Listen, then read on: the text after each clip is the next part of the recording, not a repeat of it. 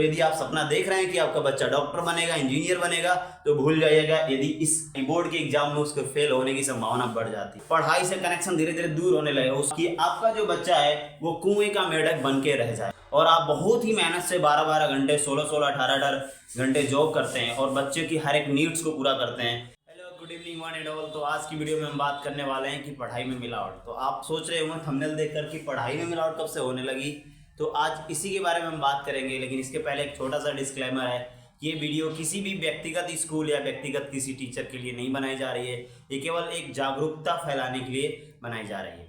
तो सबसे पहले हम बात करते हैं कि मिलावट क्या चीज़ होती है। तो जैसे आपको भी पता है कि दुनिया में मैक्सिमम चीज़ें जो होती हैं शुद्ध होती हैं, कुछ अशुद्ध होती हैं तो उनको प्योरीफाई करके शुद्ध कर लिया जाता है, और कुछ चीज़ें ऑलरेडी ही शुद्ध होती है तो उसमें पहले क्या किया जाता है, इम्प्योरिटीज़ को मिक्स करके उसे इम्प्योर कर दिया जाता है, तो उसे कहते हैं मिलावट। यानी कि शुद्ध किसी चीज़ों में किसी दूसरे इम्प्योर चीज़ों को मिलाना ही मिलावट कहलाता है। वैसे ही पढ़ाई की यदि हम बात करें कि पढ़ाई में मिलावट कैसे हो रही है और क्या है, तो इसको आपको ध्यान में रखना होगा और समझना है कि ये मिलावट कैसी होगी। और आज की वीडियो का जो ऑब्जेक्टिव होगा ये होगा कि ये मिलावट कैसी होती है, इसके जिम्मेदार कौन है, कारण क्या क्या हो सकते हैं पढ़ाई में मिलावट के। और यदि आप थोड़ा सा और इंतजार करेंगे तो आपको मैं समाधान भी बताऊंगा कि यदि आप इस मिलावट से बचना चाहते हैं तो क्या क्या समाधान है।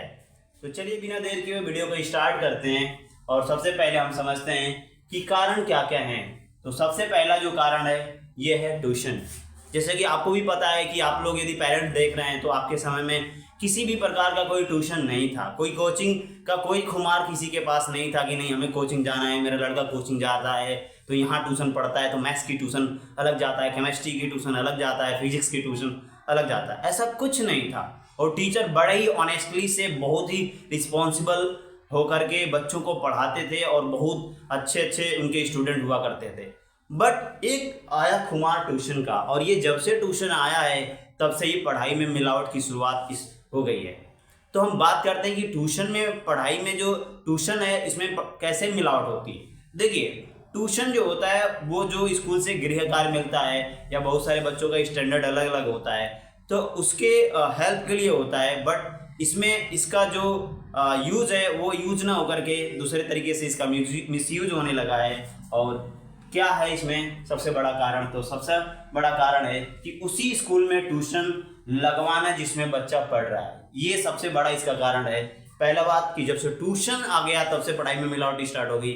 और दूसरा कारण क्या है कि उसी स्कूल में ट्यूशन लगवाना जिसमें बच्चा पढ़ रहा है। यानी कि यदि आप उसी स्कूल में बच्चे को ट्यूशन भी लगवा रहे हैं जिस स्कूल में बच्चा पढ़ रहा है तो मिलावट होने की संभावना बढ़ जाती है। और यदि आप पेरेंट्स हैं तो समझदार हैं, थोड़ी सा दिमाग लगाएंगे तो आपको भी समझ में आ जाएगा कि कैसे। और यदि नहीं समझ में आता है तो मैं आपको बताता हूँ कि ये लोग करते क्या है। कुछ टीचर ऐसे हैं कि वो क्या सोच रहे हैं कि हमारे पास जो बच्चे पढ़ रहे हैं तो स्कूल में भी हमारे पास हैं और ट्यूशन में भी हमारे पास हैं, तो एग्जाम में उनको क्या करते हैं कि कुछ ट्रिक्स लगवा देंगे, कुछ हेल्प कर देंगे कि ये क्वेश्चन ऐसे कर लो। तो बच्चों का जो माइंड है ना वो हेल्प के एडिक्ट हो जाते हैं और वो क्या करते हैं कि मेहनत करना और ईमानदारी से जो भी चीज़ें मार्क्स जो गेन करते हैं वो नहीं कर पाते हैं। तो यहाँ से इसका मेन कारण पहला ट्यूशन, दूसरा उसी स्कूल में ट्यूशन लगवाना। यदि मिलावट से बचना चाहते हैं तो पहली बात कि ट्यूशन नहीं लगवाई। तो फिर आप कहेंगे सर हमारे पास तो टाइम नहीं होता है, फिर कैसे क्या करें। बस थोड़ा सा वेट कीजिए, समाधान भी मैं बताता हूँ इस वीडियो में। और नेक्स्ट हम देखते हैं कि जिम्मेदार कौन कौन है।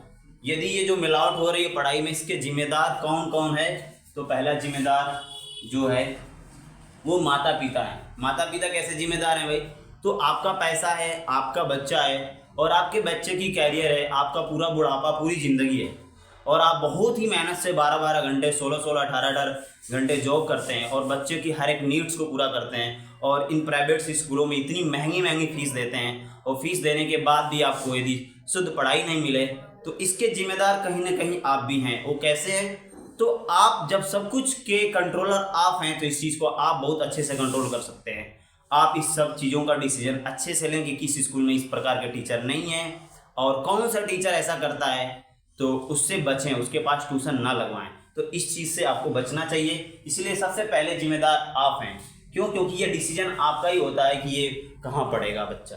दूसरा जिम्मेदार कौन है, तो शिक्षक भी इसके जिम्मेदार हैं। शिक्षक का मतलब ऑनेस्ट टीचर में एच आता है, एच का मतलब होता है ऑनेस्टी, ऑनेस्ट होना चाहिए टीचर को।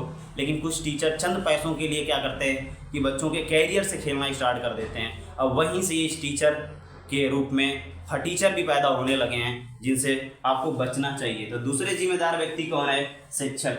और तीसरा मैनेजमेंट जिम्मेदार है, यानी कि जहां आपका बच्चा पढ़ रहा है और मैनेजमेंट को पता भी चल रहा है कि हाँ ऐसी गतिविधियां हो रही हैं स्कूल में, बच्चों को टिक्स लगवाया जा रहा है और भी चीज़ें करवाई जा रही हैं, मार्क्स बढ़वाए जा रहे हैं, मतलब बहुत सारी चीज़ें हैं। तो वो यदि उस पर कोई कड़ा एक्शन नहीं लेता है तो इसके लिए मैनेजमेंट भी जिम्मेदार है। यानी कि इस मिलावट के लिए 3 लोग जिम्मेदार हैं, आप, शिक्षक और मैनेजमेंट। दुष्प्रभाव क्या क्या हो सकते हैं? यदि आप इससे सतर्क नहीं होंगे तो इसके क्या क्या दुष्प्रभाव हो सकते हैं? यानी कि आपकी जो खून पसीने की जो कमाई है, इतना मेहनत करके कमाते हैं आप, तो उसके बदले में आपके बच्चे को और आपके इन फ्यूचर क्या मिलने वाला है, उसी का दुष्प्रभाव मैं आपको समझाना चाहता हूँ। तो पहला जो दुष्प्रभाव होगा वो ये होगा कि आपका जो बच्चा है वो कुएं का मेंढक बन के रह जाएगा। वो कैसे? तो जैसे कि 100 क्वेश्चंस हैं, मान लीजिए कि आपके 5 चैप्टर्स आ रहे हैं एग्जाम में, और 5 चैप्टर्स में मान लीजिए 50 या 100 क्वेश्चन है टोटल ऑल अबाउट, और टीचर ने क्या किया, टिक्स लगवा दी उसमें कि भाई ये केवल 10 क्वेश्चन आएंगे। तो आपका बच्चा क्या करेगा? केवल उन्हीं 10 क्वेश्चन पर फोकस करेगा, और बाकी जो बच्चों नहीं ट्यूशन पढ़ रहे हैं या जो अच्छी जगह पढ़ रहे हैं वो क्या करेंगे? तो वो सभी के सभी 50 या 100 क्वेश्चन पे फोकस करेंगे, तो 50 या 100 चीज़ें सीखेंगे, लेकिन आपका बच्चा केवल 10 चीज़ों में सिमट के रह जाएगा। तो यहाँ से बनेगा क्या? कुएं का मेंढक। दूसरा क्या होगा कि नॉलेज शून्य होने लगेगा, उसकी जो है ना पढ़ाई से कनेक्शन धीरे धीरे दूर होने लगेगा। वो समझेगा अरे मार्क्स तो यहीं आ जाएंगे, जैसे एग्जाम आएगा सर के पास ट्यूशन लगाएंगे, मार्क्स की बारिश हो जाएगी, आराम से सर टिक लगा देंगे, वही याद कर लेंगे, पूरा 70 में 80 में जितना भी मार्क्स का ओवरटेन है वो उतना लेके आएंगे, उसमें क्या दिक्कत है? तो उसकी जो नॉलेज है ना वो शून्य होने लगेगी। इस चीज़ को भी आप पढ़ाई से ट्रैक उसका हट गया ना, क्योंकि फ्री में किसी भी चीज़ को, किसी को भी कोई चीज़ मिलने लगती है तो उसकी वैल्यू नहीं समझता है।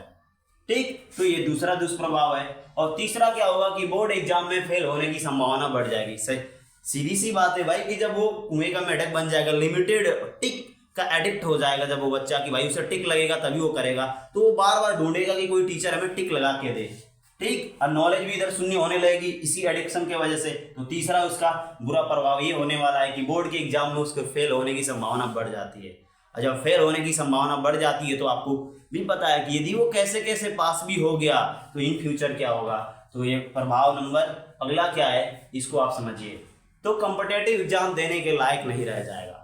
क्यों लायक नहीं रह जाएगा? क्योंकि कैसे कैसे तो वो टिक का जो एडिक्ट हो चुका था ना, टिक लगाने का, कि मेरे सर टिक लगा देते थे, ये चीज़ें कर देते थे, तो उससे क्या हुआ कि उससे उसकी नॉलेज धीरे धीरे कम होती गई, वो ध्यान कम दिया, तो कैसे कैसे बोर्ड का एग्जाम तो पास कर गया, लेकिन उसकी जो बेसिक नॉलेज है वो जीरो है। और आपको भी पता है कि कंपटीशन कितना बढ़ चुका है, और कंपटीशन जब इतना बड़ा हुआ है तो उसके लिए बेसिक नॉलेज प्लस एडवांस दोनों ही अच्छी होनी चाहिए, अन्यथा उसके बस की कंपटीशन तो है ही नहीं। इसीलिए कंपटीशन एग्जाम देने के लायक नहीं रह जाएगा, चाहे वो कोई भी कंपटीशन एग्जाम हो।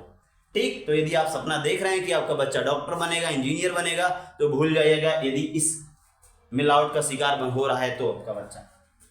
जो लास्ट और 5वां है, बेरोजगार होने की संभावना बढ़ जाती है। अब सीधी सी बात है भाई, कॉम्पिटिटिव एग्जाम तो नहीं निकलेगा, कैसे कैसे 10th पास कर लिया तो बेरोजगार ही रहेगा, बेरोजगार नहीं रहेगा तो वही 12-12 घंटे की जॉब करेगा, 8-10 हज़ार रुपये मिलेंगे, यानी कि दूसरे को यदि 1.5 लाख 2 लाख रुपए कमा के देगा तब जा करके उसको 10-12 हज़ार रुपये मिलेंगे। तो यहाँ से बेरोजगार होने की संभावना बढ़ जाती है। ये सब हैं दुष्प्रभाव किसके? तो जो पढ़ाई में मिलावट हो रही है, और कहीं कहीं सब स्कूलों में ऐसा नहीं है, कुछ कुछ स्कूल्स हैं, कुछ कुछ टीचर्स हैं जो ऐसा कर रहे हैं, जो कि बहुत ही गलत है। और यदि आप शिक्षक इस वीडियो को देख रहे हैं तो आपसे हाथ जोड़ के विनती है, कृपया आप दूसरे के भविष्य से ना खेलें। और इसका समाधान क्या है? तो डियर पेरेंट्स, आप बहुत ही ध्यान से समझिएगा कि इसका समाधान क्या है। तो सबसे पहला समाधान है कि अपने बच्चों को गृह कार्य में स्वयं हेल्प करें। अब क्यों हेल्प करें? आप कहेंगे सर मेरे पास तो टाइम ही नहीं होता, मैं तो ड्यूटी करता हूँ, मेरी मैडम भी ड्यूटी करती हैं, मेरे पास कहाँ टाइम है। जो अरे सर 10 मिनट निकालिए प्लीज़, मैं कह रहा हूँ 10 मिनट निकालिए। एक बड़ी सी कंपनी का जो मैनेजर होता है ना, वो भी 100 वर्करों को, 1000 वर्कर्स को जो लगाता है ना, आप कंपनी में काम करते होंगे तो आप ध्यान दिए होंगे, उसके पीछे या आपका भी कोई सीनियर होगा सुपरविजन के लिए, वो देखता होगा कि कौन वर्कर कितना काम किया, क्या किया, आज कितना आउटपुट निकला, क्या पेंडिंग काम था। तो बस वही सुपरविजन आप अपने बच्चे पे कीजिए, कुछ नहीं करना है, बस वही सुपरविजन 10 मिनट का टाइम निकालिए, वही सुपरविजन अपने बच्चे पे कीजिए कि बेटा आज स्कूल में काम क्या मिला, किस सर ने क्या पढ़ाया, ठीक। तो इससे बच्चा आपसे कनेक्टेड रहेगा। और आप आएंगे और क्या करेंगे कि वो बच्चा उधर अपना होमवर्क कर रहा है, आप इधर टीवी मोबाइल में लग जाएंगे, तो कहाँ से कनेक्टेड रहेगा। 10 मिनट टाइम निकालिए, ऐसे आप लोगों को 1-2 घंटे टाइम निकालनी चाहिए बच्चों के लिए, क्योंकि जितना मेहनत कर रहे हैं उन्हीं का तो है।